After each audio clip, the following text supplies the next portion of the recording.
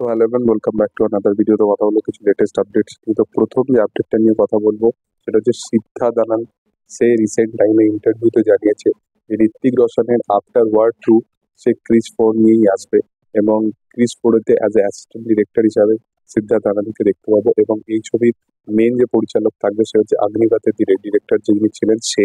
এবং এই কাজটা সিদ্ধার্থ আনন্দের মতো মানুষ এবং রাকেশ রোশন, তার ভিজুয়ালস, ঋত্বিক রোশন, এত ভালো ভালো কাজ পরিচালকরা যেহেতু যুক্ত হচ্ছে এবং এত বছর এই প্রজেক্টটা টাইম যখন নিয়েছে, আশা করবো যে প্রজেক্টটা বেটার কিছু ডেলিভার করার আছেই বলেই এখন সেটাকে ডেলিভার করছে। কারণ না হলে যদি ফ্র্যাঞ্চাইজটাকে এগোনোই থাকতো তাহলে তারা অনেক আগেই অনেক কিছু নিয়ে চলে আসতে পারতো।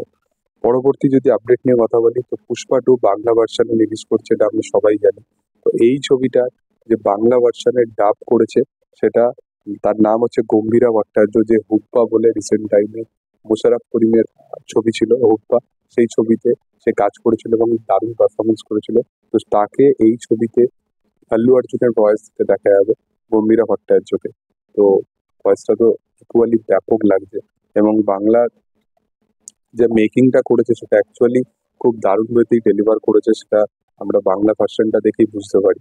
পরবর্তী যদি আপডেট নিয়ে কথা বলি, তো থালাপাতি 69-কে নিয়ে নেলসন জানিয়েছে যে যদি থালাপাতি 69 করা হয় তাহলে সে একটা বড় প্রজেক্ট বানিয়েছে যেখানে অনেক রকমের কাস্টিং থাকতে পারে এবং সেই কাস্টিং ওয়াইজ তার কাছে মানে এমন প্রজেক্ট আছে যেখানে সে অন্য অন্য জায়গাকার সুপারস্টারদের নিয়ে সেই সিনেমাটা বানাবে।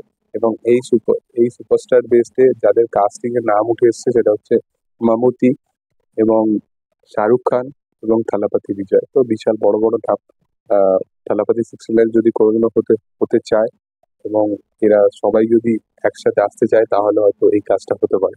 দেখা যাচ্ছে সেটা কেমন হয়।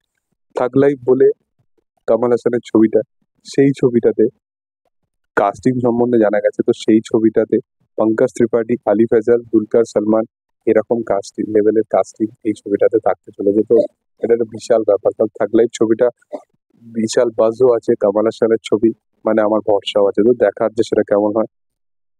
পরবর্তী যদি আপডেট নিয়ে কথা বলি, তো স্পাই বেস ফ্র্যাঞ্চাইজের উপর বেস্ড করে ছবি, যেটা ফিমেল প্রোটাগনিস্টদের উপর বেস্ড করে হবে, যেখানে মেন চরিত্রে আলিয়া ভাট থাকবে এবং শারবারি বাগ থাকবে। তো সেই ছবিটাতে ভিলেন হিসাবে দেখা যাবে ববি দেওয়ালকে। এবং এইখানে আলিয়া ভাটের সাথে ববি দেওয়ালের একটা কেজ ফাইট সিকোয়েন্স আছে। আমরা সকলেই জানি যে অ্যানিমেলাতে রণবীর কাপুর ভার্সেস ববি দেওয়াল হয়েছিল, এখানে আলিয়া ভাট ভার্সেস ববি দেওয়াল হবে স্পাই বেস ছবিতে। তো এটা বিশাল বড় ব্যাপার, কারণ পরিচালক ভাবছে যে ফিমেল প্রোটাগনিস্টকে এইভাবে রিপ্রেজেন্ট করবে, সেটা একটা বড় ব্যাপার। পরবর্তী যদি আপডেট নিয়ে কথা বলি, তো এখনো অবধি যেটা জানা যাচ্ছে যে রজনীকান্ত সে নাদিয়াদওয়ালার সাথে আপকামিং ছবি আনতে চলেছে এবং এর সাথে সাথে সাজিদ নাদিয়াদওয়ালা রজনীকান্তের বায়োপিকের উপর বেস্ড করে কাজ বানাচ্ছে এবং রজনীকান্ত মানে তার তরফ থেকে গ্রিন সিগন্যাল আছে। কাস্ট অ্যান্ড ক্রিউ সম্বন্ধে এখনো জানা যায়নি, দেখা হচ্ছে আগামী দিনে এই প্রজেক্টটা কত তাড়াতাড়ি হয়। তো এটাই ছিল আপডেট। তোমাদের কি বক্তব্য অবশ্যই কমেন্ট সেকশনে জানিও। ভিডিও ভালো লাগলে অবশ্যই লাইক শেয়ার সাবস্ক্রাইব করবে। Thank you all, by.